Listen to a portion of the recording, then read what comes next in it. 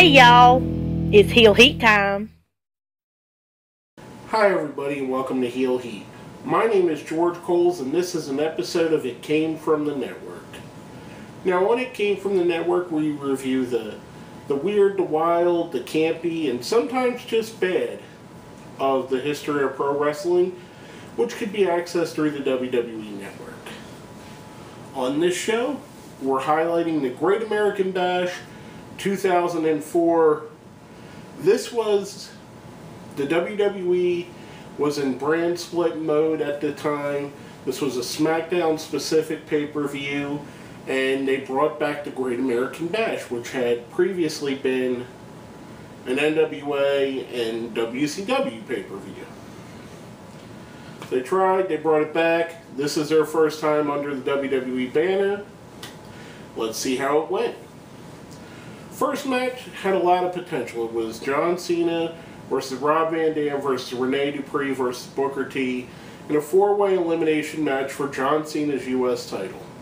John Cena at the time was in full Doctor of Thugonomics mode, which is weird watching back now and seeing how the fan reactions mostly positive for him.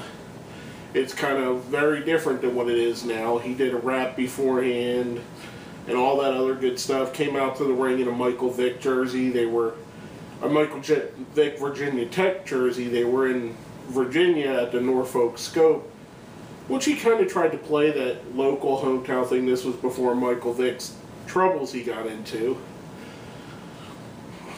This had a lot of promise. However, it fell very flat.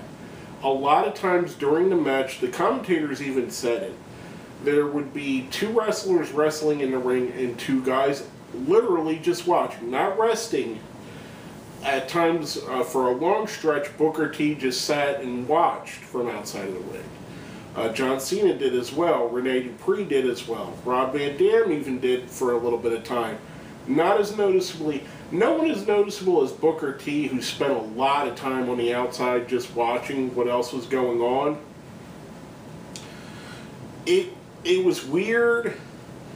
It didn't have the normal spots you would expect from a multi-person match. It didn't have the normal frenetic pace of that sort of match. It kind of fell flat. It was what it was. You had two younger stars, Rene Dupree and John Cena, trying to build up on Rob Van Dam and Booker T's popularity. As we see with Cena, it worked, and now he's one of the biggest stars in the history of wrestling. Rene Dupree, who's gone on to New Japan, or gone on to Japan, All Japan, I believe, mostly, and has had a successful career. Probably not quite what it was expected, but at this time, you had two young guys put in a match with two veterans. It fell really flat. And like I said, if you go back and watch, you'll see a lot of times there's a guy just standing outside of the ring watching, almost like they're a manager. Next up was made in the hallway before the match. Kurt Angle, who was the GM of Raw at the time and in a wheelchair, comes up to Charlie Haas and Miss Jackie, who Charlie Haas was just talking to John Cena just before he rolled up.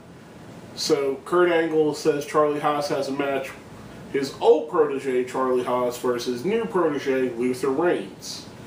Again, another example of a couple younger guys they're trying to give the rub to. Terrible matchup. Luther Reigns was never anything special. Charlie Haas, I think, is actually very good. I think they didn't quite do as much as they could have, or got as much as they could have out of him, in my opinion. Him or Shelton Benjamin. I think both of them could have been a lot better than the opportunities they were afforded. But that's the business sometimes. This was just a terrible match. Coming off the lackluster first match, this one didn't get me hyped either. At this point, I'm already at the, do I really feel like watching the rest of this mode? Which leads us into the next match. And Luther Reigns won that match, by the way. Leads us into the next match, Chavo Guerrero versus Rey Mysterio. And here we go. We get a highlight of the night. One of the better matches of the show. Probably not one of their better matches, but a good serviceable match. Very fun, very fast-paced. They meshed well with each other. Mysterio picks up the win. Just a good match. Probably where the show should have started. Maybe if the four-way had a little bit of life into it more, it could have saved those first two matches. But this was a good match. Entertaining. Rey Mysterio, although you start to see his decline. I believe he started having injury issues not too long after this. But you do see still close to their prime Rey Mysterio and Chavo Guerrero. Now next up we have Kenzo Suzuki versus Billy Gunn. Yet another attempt to put one of the newer talents over in Kenzo Suzuki, who, much like Dupree, has went on to All Japan Pro Wrestling and has become somewhat of a star there. He's a guy I think the WWE failed in. I believe, and it's kind of the problem I have with the Hideo Itami character. I haven't really seen the WWE put over Asian wrestlers and get Asian wrestlers to a point where they're believable, where they're more than just a stereotypical character. And Kenzo Suzuki suffered from that. He was very stereotypical, a very good wrestler, a very solid match against Billy Gunn, one of the better wrestlers of that generation. But he was overly stereotyped. He had a geisha girl manager. I mean, it was just, I don't know. That's the problem they have with Asian wrestlers. Unfortunately, they get it wrong more often than they get it right with them. And when they do get it right, it's someone like Tajiri who already has an established character, or, you know, I can't even think of anyone before that. Yokozuna, who's not even really Asian, who's not really Japanese, but portrayed as such. I don't know. Just, the stereotype for me made the match less than what it was. Then we get a follow-up with Sable versus Tori Wilson. This was an eye candy match. This is what the Divas division was at the time. And if you think what we get with Divas wrestling or women's wrestling of this generation is bad, look at stuff like this. And this is what we were given then. This was a terrible match. Two women who probably had no business at all being inside of a wrestling ring, other than that they were beautiful women that could sell merchandise and that could sell a show. Other than that, they put on a terrible match. It just wasn't fun for anybody watching. I mean, I don't know. It just, to me, it was terrible. Next up, we continue our theme of trying to get a young guy over. Mordecai versus Hardcore Holly. Even the announcers didn't know why this feud was going on. I believe they showed a clip from SmackDown where these two guys just started fighting each other. Mordecai, if you don't remember, was Kevin Thorne, except for he wore all white, was somewhat of a religious monk, almost the exact opposite of The Undertaker. He dyed his hair and beard white, and he came out with a giant crucifix-like staff that he would stick into a stand that was conveniently there on the ramp, and it would just stand there his whole match. This match wasn't good either. This was just another boring, stale match with a guy they failed with in Mordecai. I mean, to me, this was bad. I mean, this is probably as bad of a match as there is on the show. Other than the women's match, this is probably the worst match on the show. That's saying a lot because I didn't find much I enjoyed on this show. Now, speaking of that, the next match I rather did enjoy. John Bradshaw Layfield versus Eddie Guerrero in a Texas Bull Rope match, where you had to touch all four corners to become the winner. These two guys had a great feud, and this was a great match as part of it.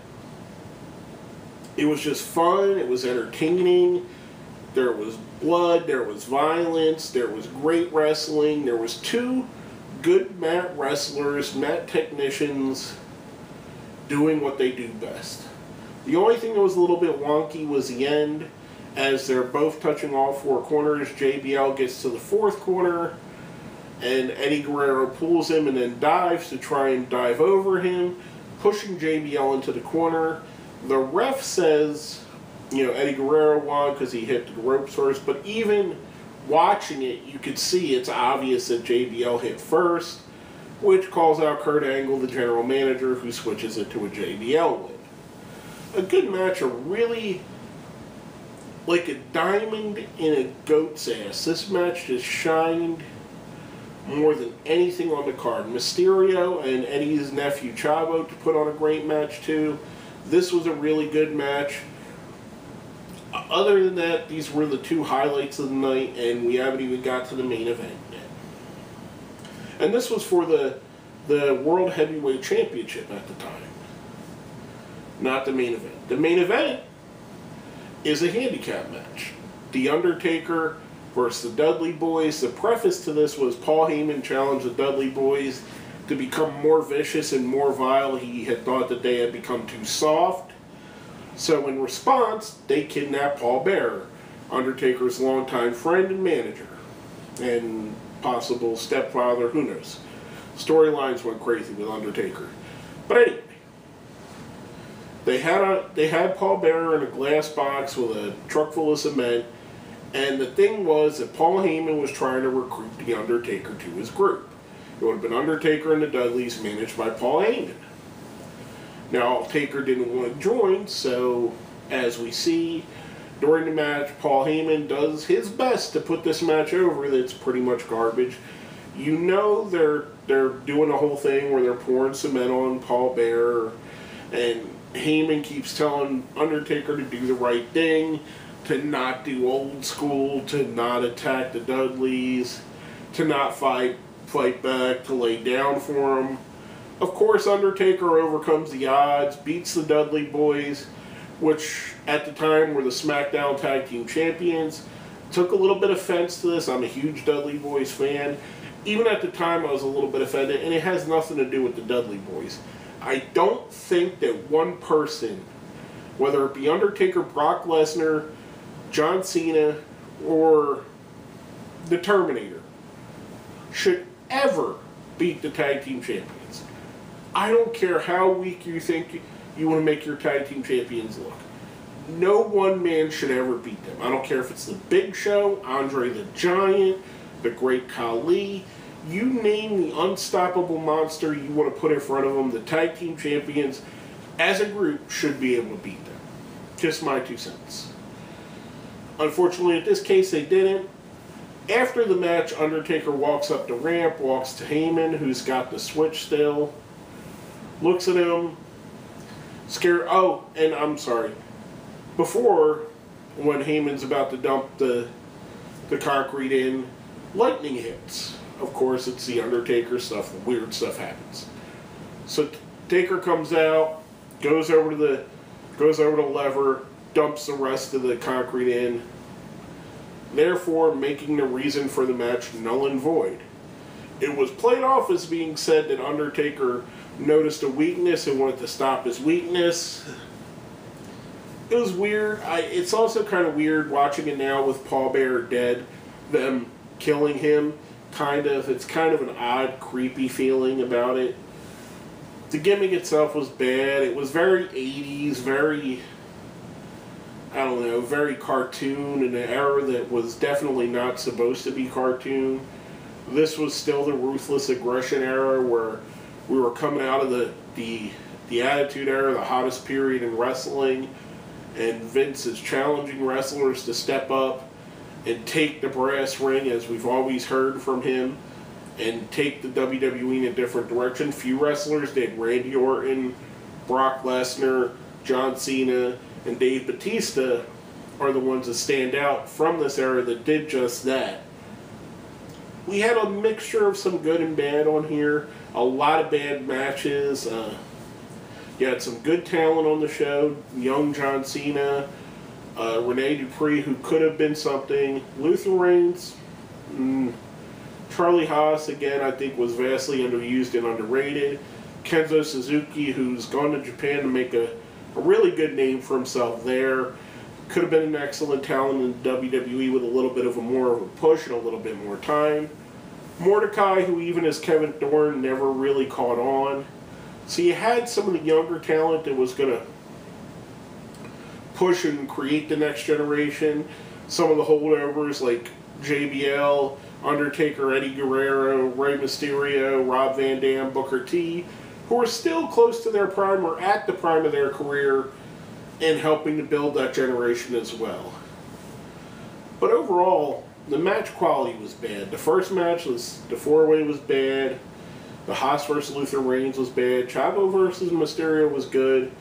Kenzo Suzuki versus Billy Gunn was okay. This felt more like an episode of SmackDown. It just didn't do much for me as a pay-per-view, especially for something as big as a Great American Bash, which at one time was the WCW equivalent of SummerSlam. It even predates SummerSlam, so I don't know, it just felt really flat. Two good matches, one serviceable match, and the rest were garbage, in my opinion. But coming off of that, we're going to go right into our ratings. Now, if you haven't seen this before, we have a 1 to 5 scale. 1 being the best, 1 being the worst, 5 being the best. 1's a gobbledygooker, 2's a renegade, 3 is a Hurricane Helms, 4 is Goldust, and 5 is Kane. Giving the show a 1, a gobbledygooker, probably one of the worst pay-per-views of this era and of this time frame. The perfect example of how the brand split hurt the WWE in many ways. How thin the talent roster was. Kudos to them for trying to put new guys over. However, a lot of the guys they tried to push just really didn't have the it factor or the staying power. A bad show, bad matches all the way around. Not deserving of the Great American Bash name. But basically, that's all I have to say about that. My name is George Coles, and this has been another episode of It Came From the Network.